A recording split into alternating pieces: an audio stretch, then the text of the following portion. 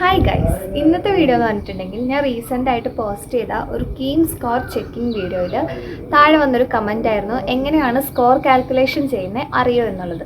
അപ്പോൾ ഞാൻ വിചാരിച്ചു അതൊരു വീഡിയോ ആയിട്ട് ചെയ്യാം, കാരണം കമൻറ്റിൽ റിപ്ലൈ കൊടുക്കാൻ അത് കുറച്ച് ബുദ്ധിമുട്ടാണല്ലോ. സോ ഇന്നത്തെ വീഡിയോ അതാണ്. നമുക്ക് എല്ലാവർക്കും അറിയാം കീമിൻ്റെ എക്സാം നടന്നിട്ടുള്ളത് 600 മാർക്കിലാണ്. അപ്പോൾ എങ്ങനെയാണ് 300ൽ എടുക്കുന്നതെന്ന് ചിന്തിക്കുന്നവരുണ്ടാവും. അപ്പോൾ നമുക്കിപ്പോൾ ഫോർ എക്സാമ്പിൾ 600ൽ 400 മാർക്കാണ് കിട്ടിയിട്ടുള്ളതെങ്കിൽ 300ലേക്ക് എടുക്കുമ്പം നേരെ 400ൻ്റെ പകുതിയാകും, 200 ആകും. അങ്ങനെയാണ് കീമിൻ്റെ നമ്മൾ നോക്കുന്നത്.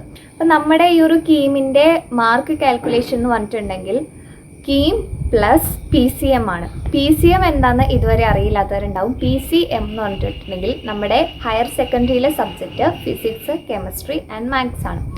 ഇതിലൊരു ഡിഫറൻസ് ഉള്ളത് എന്താണെന്ന് വെച്ചിട്ടുണ്ടെങ്കിൽ സ്റ്റേറ്റുകാർക്കും CBSEക്കാർക്കും രണ്ട് രീതിയിലാണ് കാൽക്കുലേഷൻ വരുന്നത്. കാരണം നമ്മുടെ ഈ ഒരു PCM സബ്ജക്റ്റിൻ്റെ ടോട്ടൽ മാർക്ക് എടുക്കുമ്പം CBSEക്ക് 300 ആണ് കറക്റ്റ് വരുന്നത്. അപ്പോൾ കീമിൻ്റെ 300 പ്ലസ് അവരുടെ 300 വരുമ്പം 600ൽ അവസാനം റാങ്ക് വരും.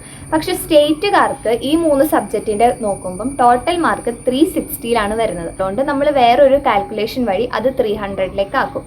അതെങ്ങനെയാണെന്ന് ഇതുവരെ അറിയില്ലാത്തവരാണെങ്കിൽ ഇപ്പോൾ ഫോർ എക്സാമ്പിൾ നമുക്ക് 360ൽ ഒരു 300 ആണ് ടോട്ടൽ മാർക്ക് കിട്ടിയിട്ടുള്ളെങ്കിൽ 300 ഡിവൈഡഡ് ബൈ 360 ഇൻറ്റു 300 ഇതുവഴി നമുക്ക് നമ്മുടെ മാർക്ക് 300ലേക്ക് ആക്കാൻ പറ്റും. ഇനിയിപ്പോൾ ഇത് കുറച്ച് ബുദ്ധിമുട്ടാണെന്നുണ്ടെങ്കിൽ 300 നമുക്കിപ്പോൾ എത്ര മാർക്കാണോ കിട്ടിയേക്കുന്നത് അത് ഡിവൈഡഡ് ബൈ 1.5 ചെയ്താൽ മതി. അപ്പോൾ നമുക്ക് 300ലേക്ക് ആക്കി കിട്ടും. ഇതിൽ സംഭവിക്കുന്ന ഒരു ഇതെന്താണെന്ന് വെച്ചിട്ടുണ്ടെങ്കിൽ നമ്മൾ സ്റ്റേറ്റുകാർ ആ ഒരു കാൽക്കുലേഷൻ വഴി 300ലേക്ക് ആക്കുമ്പം നമുക്ക് അർഹതപ്പെട്ട മാർക്ക് കൂടെ അതുവഴി പോവുകയാണ്.